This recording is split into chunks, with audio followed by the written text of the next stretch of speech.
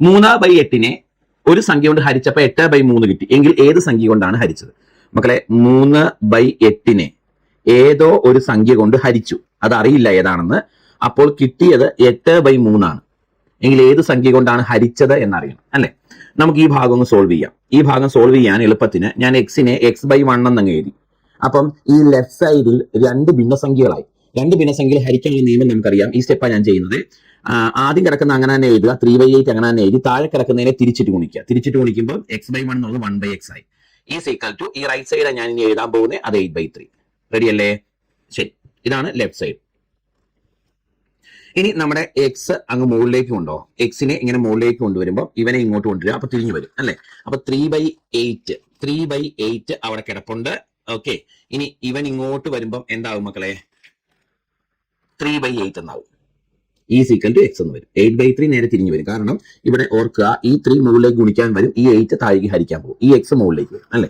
അപ്പൊ എക്സിന്റെ വില നമുക്ക് എത്ര കിട്ടും? എക്സ് ഈസ് ഈക്വൽ ടു 3 × 3 9 864 അല്ലെ? നമുക്ക് കിട്ടുന്നത് 9/64 എന്നാണ്. ആൻസർ 9/64 എന്നാണ് കിട്ടുന്നത്. ഓപ്ഷൻ ഡി ആണ് കറക്റ്റ് ഉത്തരവായിട്ട് വരുന്നത്. ചെയ്തത് ഒന്നുകൂടെ പറഞ്ഞു തരാം, ശ്രദ്ധിച്ചു കേട്ടോ. ഇങ്ങനെ ആലോചിച്ചേ മക്കളെ. ചോദ്യം ഇതാണ്, ശ്രദ്ധിച്ചു കേട്ടോണേ. ഏതോ ഒരു സംഖ്യ അല്ലെ, ഏതോ ഒരു സംഖ്യ കൊണ്ട് ഹരിച്ചു. ഏതിനെ? 3/8 ഏതോ ഒരു സംഖ്യ കൊണ്ട് ഹരിച്ചപ്പം എന്ത് കിട്ടി? 8/3 കിട്ടി. അങ്ങനെയല്ലേ പറഞ്ഞേക്കുന്നത്? അപ്പൊ വേണമെങ്കിൽ ഇവിടുന്ന് തന്നെ ഡയറക്റ്റ് ഇങ്ങനെ ചെയ്യാം. ഈ എക്സിനെ അങ്ങോട്ട് കൊണ്ടുപോവുക, ഇവനെ മുഴുവനായിട്ട് താഴേക്ക് കൊണ്ടുവരിക. അപ്പൊ ഒറ്റയടിക്ക് കണക്ക് ചെയ്യാൻ പറ്റും അല്ലെ? അത് നമുക്ക് അങ്ങനെ ചെയ്യാം. നോക്ക്, 3/8 അടിയിലേക്ക് ഏതിനെ കൊണ്ടുവന്നു? 8/3 കൊണ്ടുവന്നു അല്ലെ? എക്സ് അങ്ങോട്ട് പോയി കണ്ടോ? അപ്പൊ എക്സ് ഈക്വൽ ഇങ്ങനെ വന്നില്ലേ? ഇതേ ചെയ്തൊന്നുമില്ല. ഈ എക്സ് മുഴുവൻ ഹരിക്കാനാണ്, ഇത് ഇങ്ങോട്ട് പോയി. ഈ 8/3 മുഴുവനായിട്ട് ഇതിന്റെ അടിയിലേക്ക് കൊണ്ടു. അപ്പൊ 3/8/8/3 എക്സ് എന്ന് കിട്ടും. ഇനി ഇതങ്ങ് സോൾവ് ചെയ്യുന്നല്ലേ ആൻസർ? നമുക്കറിയാം, ഭിന്നസംഖ്യകൾ ഹരിക്കാൻ മുകളിൽ കിടക്കുന്ന അങ്ങനെ തന്നെ എഴുതണം, താഴെ കിടക്കുന്ന തിരിച്ചിട്ട് ഗുണിക്കണം. 3/8 ആണോ? Is equal to 9/64. 9/64 ആണ് എക്സിന്റെ. 9/64. ഓക്കെ ആണല്ലോ? അതെ, ഇന്നത്തെ കാര്യങ്ങളൊക്കെ പഠിച്ചോ?